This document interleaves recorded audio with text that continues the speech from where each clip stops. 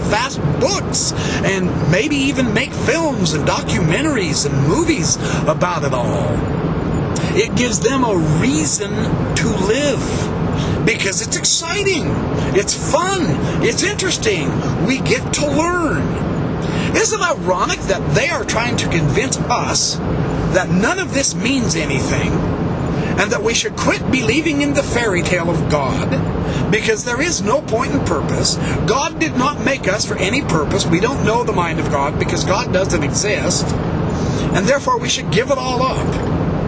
And yet it gives them their purpose in life. That is sweet irony. In my opinion, that's amazing.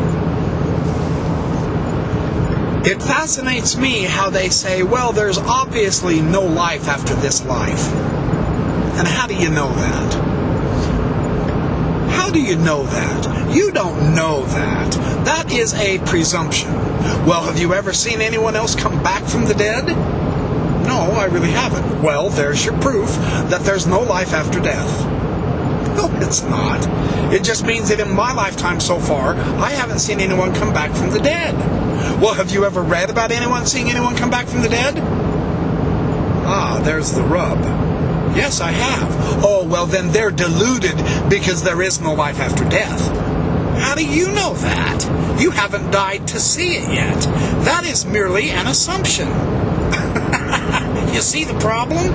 There actually are people who testified in modern times, namely Joseph Smith, that people have come back from the dead. Lots of them. But he's discounted. He's a deluded nut job. How do you know? Oh, because I don't believe in that. You see the circularity of the reasoning? Because you haven't seen anything happen means it doesn't happen? That's not scientific. That's not even logical. And yet they would say, well, there is no God. How do you know that? Oh, well, because I haven't seen him, and because he doesn't act like God should act like. Well, how do you know what God's supposed to act like? So if God doesn't act the way you think he should act, then he can't exist. Oh, that's really scientific. That's rich. That's good. Excuse me while I remain unconvinced of that kind of argument, though. There's something else that I want to share that I think is extremely profound and interesting. Ken Miller, at the end of his book, Finding Darwin's God, he's describing a believer in the divine accepts that God's love and his gifts of freedom are genuine. God has given us our freedoms to choose, to pick and choose. This is a genuine freedom based on quantum indeterminacy. Science will never find the total truth and reality. It is built into the fabric of the universe itself in the quantum indeterminacy that it cannot go beyond that. Ultimate final truth is not to be had in the physical materialism. This guarantees our freedom. And I'll explain that detail later in Miller. He says, his gifts of freedom are genuine, so genuine that they include the power to choose evil and, if we wish, to freely send ourselves to hell. Now, not all believers will accept the stark conditions of that bargain, but our freedom to act has a physical and biological basis. Evolution and its sister sciences of genetics and molecular biology provide that basis. A biologically static world would leave a creator's creatures with neither freedom nor the independence required to exercise that freedom.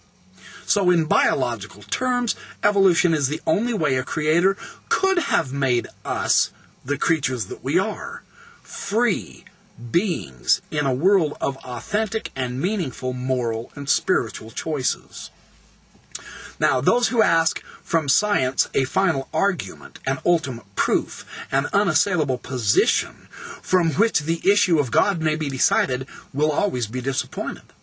As a scientist, I claim no new proofs, no revolutionary data, no stunning insights. No new stunning insight into nature that can tip the balance in one direction or another.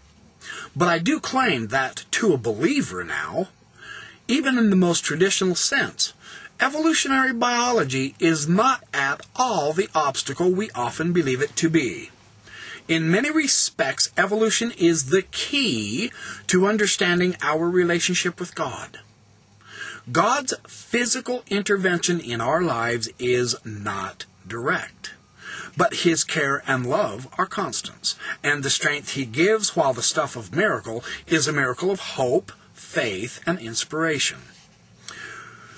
And he says, when students ask him, what kind of God do you believe in as an evolutionary biologist, he finally found the answer. He said, I ask my inquiring students to reread the final chapter of Darwin's Origin of Species.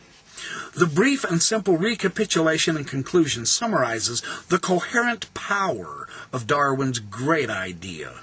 It lays out a few of the most obvious objections to evolution and shows how easily they are answered. It shows the range of topics affected by evolution, and finally it presents its readers with a perspective on the immense diversity of life. By asking my students to read this chapter, I hope to make the point that my beliefs do not depend upon a flaw of evidence or logic in the origin of species.